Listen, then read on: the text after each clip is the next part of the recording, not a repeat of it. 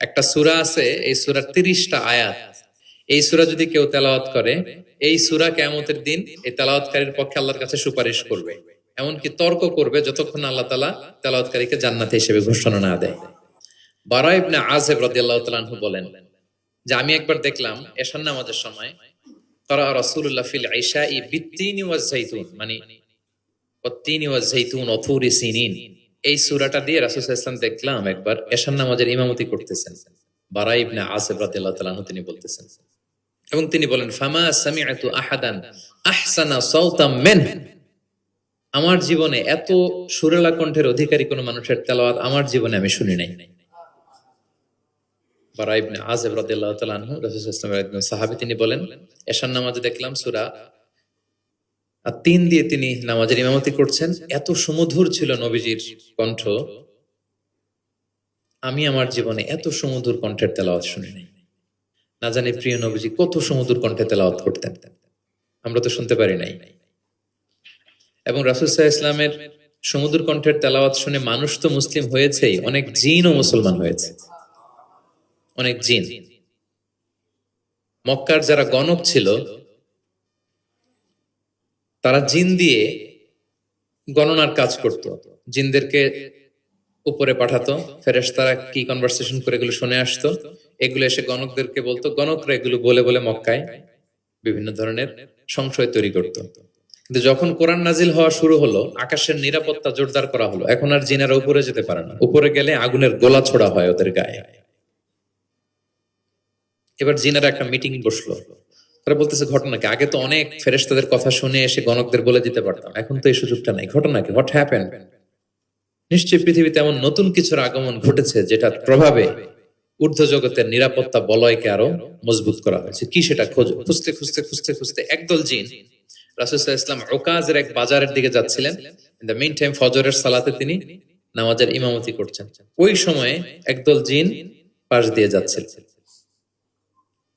হঠাৎ তারা দাঁড়িয়ে থমকে দাঁড়ালো, দেখে যে আল্লাহ রাসূল সাল্লাল্লাহু আলাইহি ওয়াসাল্লাম কোরআন তেলাওয়াত করতেছেন। এই কোরআনের বাণী তারা কখনো শুনে নাই, তারা শুনে অবাক, এবং এই তথ্য নিয়ে জিনদের সর্দারের কাছে যেয়ে বলল ঘটনা তো এটা, এটার কারণে এখন আকাশের নিরাপত্তা বেশি, আমরা আর উপরে যেতে পারি না।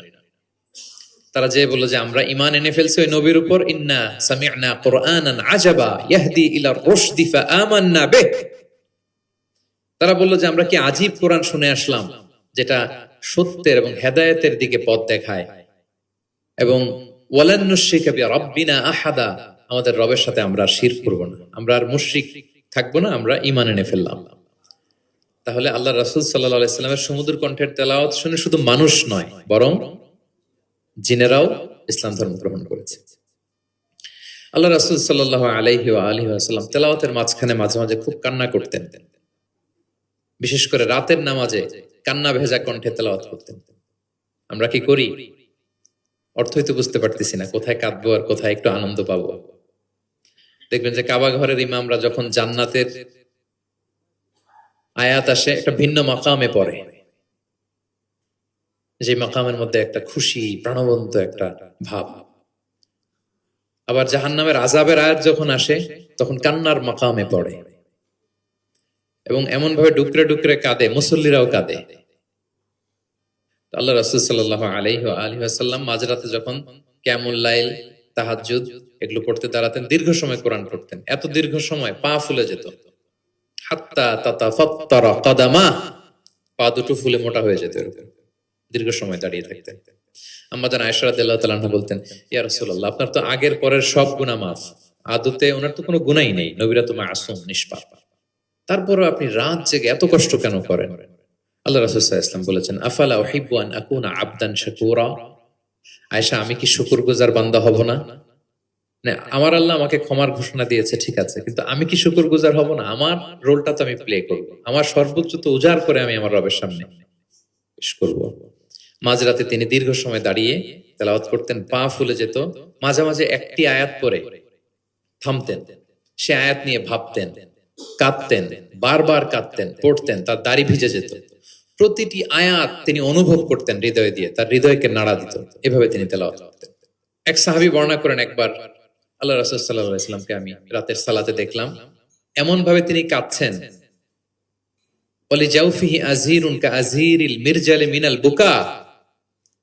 গরম পানি ফুটাতে দিলে ড্যাগের ভেতরে গরম পানির যেরকম টকবকে উতলে ওঠার একটা শব্দ, এরকম উতলে ডুকরে ডুকরে কান্নার একটা শব্দ আমি শুনতে পেলাম। এভাবে তিনি কাঁদছেন। যেদিন বদরের যুদ্ধ, তার আগের রাতে আলী রাদিয়াল্লাহু তাআলা আনহু বলেন, সেনাবাহিনীর ছাউনির মধ্যে সব সাহাবারা, 313 জন সাহাবা সবাই রাতে ঘুমাচ্ছে একটু এনার্জি নেওয়ার জন্য, সকালে যুদ্ধ শুরু হবে। কিন্তু আমি দেখলাম সবাইকে ঘুম পাড়িয়ে আল্লাহ রাসূল সাল্লাল্লাহু আলাইহি ওয়াসাল্লাম নামাজে দাঁড়িয়ে কাঁদছেন।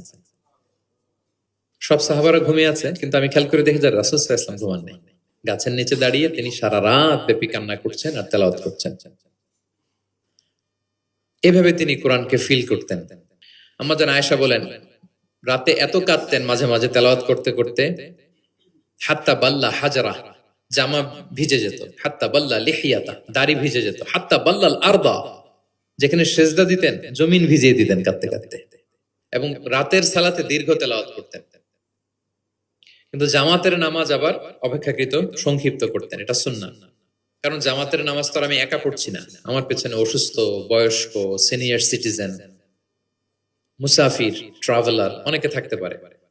জামাতের সুযোগ পেলে আপনি শর্টকাট করবেন, মিনিমাম স্ট্যান্ডার্ডে শেষ করে দেবেন। কিন্তু একা যখন নামাজের সুযোগ পাবেন, আপনার নফল নামাজ, আপনার কিয়ামুল লাইল, তখন কি করবেন? ফালিউ তাওবিল মাশা, যত লম্বা মনে যায়। আমরা ভুল করি অনেকে, একা একা নামাজ পড়ার সময় তাড়াহুড়ো করে ফেলি। ইমামতের সুযোগ পাইছি তখন বিশাল লম্বা কেরাত, অপোজিট, মানে ভুল করে ফেলছি আমরা। এটা করব না। কোরআনের সাথে বেসিকলি আল্লাহ রাসূল সাল্লাল্লাহু আলাইহি ওয়া আলিহি ওয়াসাল্লামের গভীর প্রেমের বাঁধন ছিল, সীমাহীন ভালোবাসা ছিল। শর্টলি বলতে গেলে গভীর প্রেমের বাঁধন এবং সীমাহীন ভালোবাসা ছিল। Because he was the living কোরআন, তিনি নিজেই ছিলেন জীবন্ত কোরআন। আম্মা জান আয়েশা রাদিয়াল্লাহু তাআলা আনহাকে যখন জিজ্ঞেস করা হতো আল্লাহ রাসূল সাল্লাল্লাহু আলাইহি ওয়াসাল্লাম ইন্তেকালের পরে, তাবিঈরা যখন জিজ্ঞেস করতেন যে কাইফা কানা খুলুকু রাসূলিল্লাহ, আম্মা জান আমাদের নবীর আচরণ কেমন ছিল, তো তখন আম্মা জান আয়েশা রাদিয়াল্লাহু তাআলা আনহা বলতেন, কানা খুলুকুহু আল কোরআন, ওনার আচরণ ছিল কোরআনের আচরণ, কোরআনী জীবন ছিল ওনার। এবং ইনদামা রাসূলুল্লাহ ইয়ামশি আলাল আরদি কাআন্নাল কুরআনা ইয়ামশি আলাইহি, রাসূল সাল্লাল্লাহু আলাইহি ওয়াসাল্লাম যখন মদিনার রাস্তা দিয়ে হেঁটে যেতেন, আম্মা জান আয়েশা বলতেন মনে হতো একটা জীবন্ত কোরআন হেঁটে যাচ্ছে, as if a living Quran is walking on the street of Medina. রাসূল সাল্লাল্লাহু আলাইহি ওয়াসাল্লাম মদিনার অলিতে গলিতে যখন হাঁটতেন, দূর থেকে দেখে মনে হতো একটা লিভিং কোরআন হেঁটে যাচ্ছে। তার মানে পুরো কোরআনে 30 পারায় থিওরিটিক্যালি যা বলা আছে, রাসূল সাল্লাল্লাহু আলাইহি ওয়াসাল্লামের জীবনে প্র্যাকটিক্যালি সেটা করে দেখানো আছে। এজন্য ওনাকে বলা হয় লিভিং কোরআন, তিনি হচ্ছেন জীবন্ত কোরআন। এবং এই কোরআনকে রিসিভ করতে যে তিনি অনেক কষ্ট সহ্য করেছেন, আমরা জানি। তিনি কোরআনের ভার বহন করেছেন। কোরআন কিন্তু খুব হেভি একটা বাণী, যেন তেন কোনো কথা নয়, এটা আল্লাহর কালাম। এজন্য আল্লাহ তাআলা বলছেন ইন্না সানুলকি আলাইকা কওলান সাকিলা, নবী হে আমি খুব ভারী, হেভি ওয়েট বাণী আপনার কাছে নাজিল করতেছি। এটা সাধারণ বাণী না। ওটের উপর বসে থাকা অবস্থায় যখন রাসূল সাল্লাল্লাহু আলাইহি ওয়াসাল্লামের উপর কোরআন নাজিল হতো, ওট মুহূর্তের মধ্যে দাঁড়ানো থেকে বসে যেত, ভার সহ্য করতে না পেরে। একবার যায়েদ বিন সাবিত রাদিয়াল্লাহু তাআলা আনহুর পায়ের মধ্যে মাথা রেখে রাসূল সাল্লাল্লাহু আলাইহি ওয়াসাল্লাম শুয়েছিলেন। হঠাৎ কোরআন নাজিল হলো।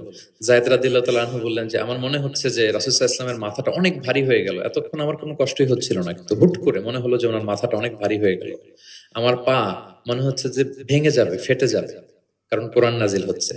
লাউ আনসালনা হাযাল কুরআনা আলা জাবালিন লারাআইতাহু খাশিআন মুতাসাদ্দিআন মিন খাশিয়াতিল্লাহ, এই কোরআনকে মানুষের উপর নাজিল না করে যদি আমি পাহাড়ের উপর নাজিল করতাম, নবী আপনি দেখতেন যে আল্লাহর ভয়ে কোরআনের ভারে পাহাড় ভেঙে চুড়ে খান খান হয়ে যেত।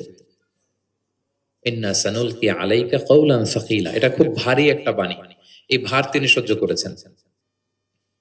এবং কোরআন নানা ভাবে আসতো, মাঝে মাঝে মিসলা সালসালাতিল জারাস, লাইক আ রিংগিং বেল। খ্রিস্টানদের চার্চে গেলে যেমনি দেখবেন ঢাং ঢাং করে ঘন্টা বাজায়, বিকট আওয়াজ হয়, মাঝে মাঝে এরকম বিকট আওয়াজে কোরআন আসতো। এভাবে কোরআন রিসিভ করতে রাসূল সাল্লাল্লাহু আলাইহি ওয়াসাল্লামের কষ্ট হয়ে যেত। আবার মাঝে মাঝে জিবরাইল আলাইহিস সালাম মানুষের সূরাতে মদিনায় এসে কোরআন দিয়ে যেতেন। রাসূল সাল্লাল্লাহু আলাইহি ওয়াসাল্লাম বলেন ওইভাবে কোরআন রিসিভ করাটা আমার জন্য খুব সহজ ছিল। এবং প্রচন্ড শীতের রাতে যখন কোরআন নাজিল হতো, আম্মা জান আয়েশা রাদিয়াল্লাহু তাআলা আনহা বলেন যে আমরা শীতে কাঁপছি, কিন্তু ওয়া ইন্না জাবিনাহু লা ইয়াতাফাসসাদু আরাফান, আমরা দেখতাম রাসূল সাল্লাল্লাহু আলাইহি ওয়াসাল্লামের কপাল মোবারক বেয়ে টপটপ করে ঘাম ঝরছে। আমরা শীতে কাঁপছি, কিন্তু উনি ইজ সোয়েটিং, তিনি ঘামতেন, কারণ এটা ভারী একটা বাণী। প্রথম 5 আয়াত যখন নাজিল হলো হেরা গুহায়, ইকরা বিসমি রাব্বিকাল্লাযী খালাক, read in the name of your lord who has created, এই 5 বাক্য নিয়ে রাসূল সাল্লাল্লাহু আলাইহি ওয়াসাল্লাম কাঁপতে আরম্ভ করলেন। হি ওয়াজ ট্রেমবলিং লিটারালি। এবং এসেই খাদিজা রাদিয়াল্লাহু তাআলা আনহাকে বললেন যে জাম্মিলুনি জাম্মিলুনি, খাদিজা আমাকে কম্বল চাপা দাও, আমার জ্বর এসে যাচ্ছে, আমি কাঁপছি। কারণ ওই যে কওলান সাকিলা, এটা খুব ভারী একটা বাণী। ওনাকে কম্বল চাপা দেয়া হলো। তখন আল্লাহ তাআলা নাজিল করলেন ইয়া আইয়ুহাল মুজাম্মিল কুমিল লাইলা ইল্লা কালিলা, মানে হে কম্বলওয়ালা দাঁড়ান, এমন দায়িত্ব দিছে, এখন বসে থাকার সুযোগ নাই, দাঁড়ান, দাঁড়িয়ে প্রচার করেন। ওই যে নবী দাঁড়ালেন আর বসার সুযোগটা পেলেন না, প্রচার করছিলেন। তাহলে প্রিয় নবীজি হি ওয়াজ লিভিং কোরআন, এক নম্বর পয়েন্ট। 2 নম্বর হচ্ছে কোরআনের ভার বহন করতে ওনার জীবনে অনেক স্যাক্রিফাইস করতে হয়েছে, কষ্ট করতে হয়েছে। এমনকি কোরআনের কোনো আয়াত যেন তিনি ভুলে না যান, জিবরিল আলাইহিস সালাম বলার সাথে সাথে পড়তে আরম্ভ করতেন, সাথে সাথে জিহ্বা ঠোঁট নাড়াতেন, পড়তেন যাতে ভুলে না যান।